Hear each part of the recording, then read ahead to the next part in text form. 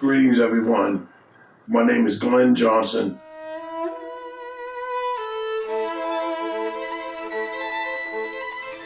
I relocated to Philadelphia, Pennsylvania. While living in Philadelphia, in 2010, I decided to ride my motorcycle to a doctor's appointment, unhelmeted no less, which was a bad mistake. What occurred was, en route to the appointment, I was struck by a truck head on. This ball represents the size of my head at the time of my accident. I was immediately taken to the medical center where I was in a coma on life support. I remained in that coma on life support for 2 years. At one point, I was transferred to another medical center. After that discharge from that medical center, I was then taken to a nursing facility. When I came out of the coma, I remember somehow I realized I had a tracheotomy when I was discharged from the nursing facility, Maplewood Manor Nursing and Rehabilitation Center in Philadelphia.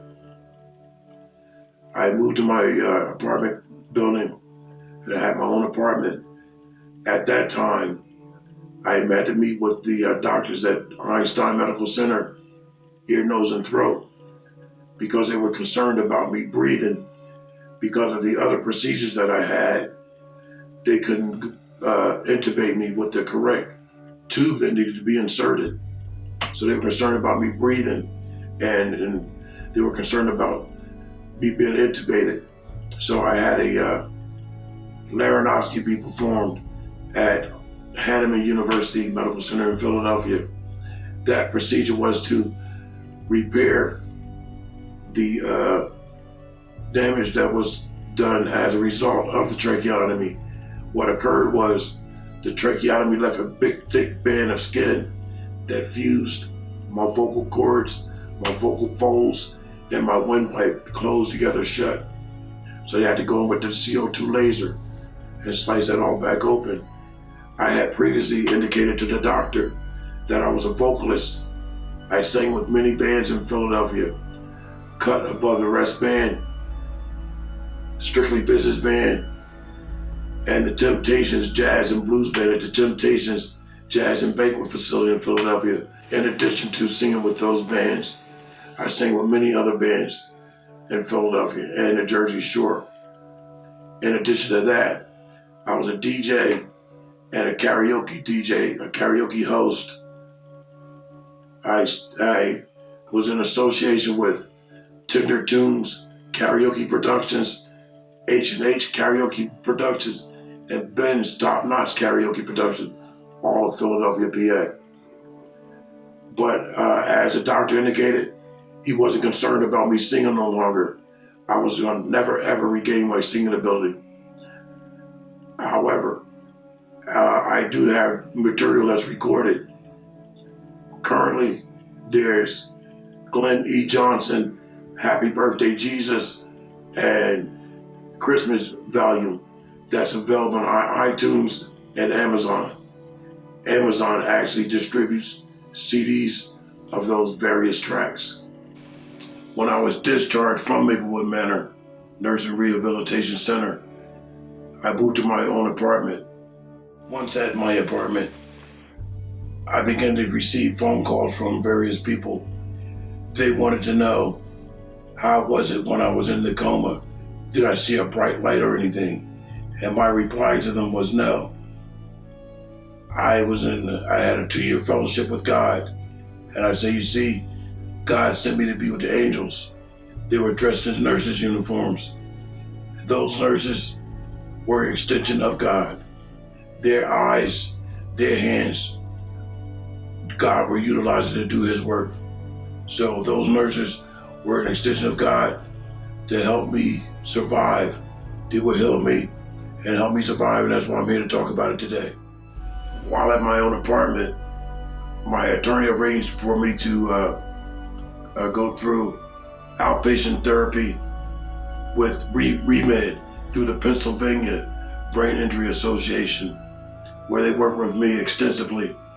I had a host of therapists coming to my apartment, as well as myself attending the group sessions at the Remed facility. It's been quite an ordeal. I'm just glad to say I'm thankful and happy to be alive. It was all God's grace and God's mercy that pulled me through. The Remed facility focuses on ability rather than disability. Their main goal is to have clients realize and help them achieve an active part in the community. I am so thankful for all of their services as well. I am so thankful to the entire medical field. I have a special place in my heart now for anyone in the medical field, whether it be EMS, paramedic, EMT, fire rescue, police officers, of course. I just have a big place in my heart now for all of those services, because that's what pulled me through. I want to thank all of you so much. Now living in North Carolina, I attend brain injury support groups through the Brain Injury Association of North Carolina, through community partnerships of Greenville, North Carolina, where they are helping people tap into their talents and strengths so that they can achieve their goals and live their lives and live the lives of their choosing. Although my life has changed tremendously, I believe that I can live a productive and meaningful life. As a result of my brain injury, ladies and gentlemen, I hope and pray that this story benefits someone else that might be in a similar situation. I was afforded the opportunity to be involved as a client through Remed, which is a brain injury through the Pennsylvania Brain Injury Association. Now currently, while living here in North Carolina, I attend as a brain injury support group at Vidant Medical Center through the North Carolina Brain Injury Association. And I have had tremendous support. I have benefited through these organizations so much. I have learned a lot. I have learned to deal and cope with my brain injury. I will remain to have a permanent brain injury to my cerebellum, but I am doing so well, as good as can be expected, because my prognosis was very, very, very different. My prognosis was that I was going to never ever make it.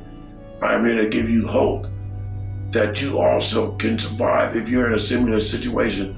I am a survivor, and I thank these different facilities so much for working with me, keeping me alive, and keeping me going strong.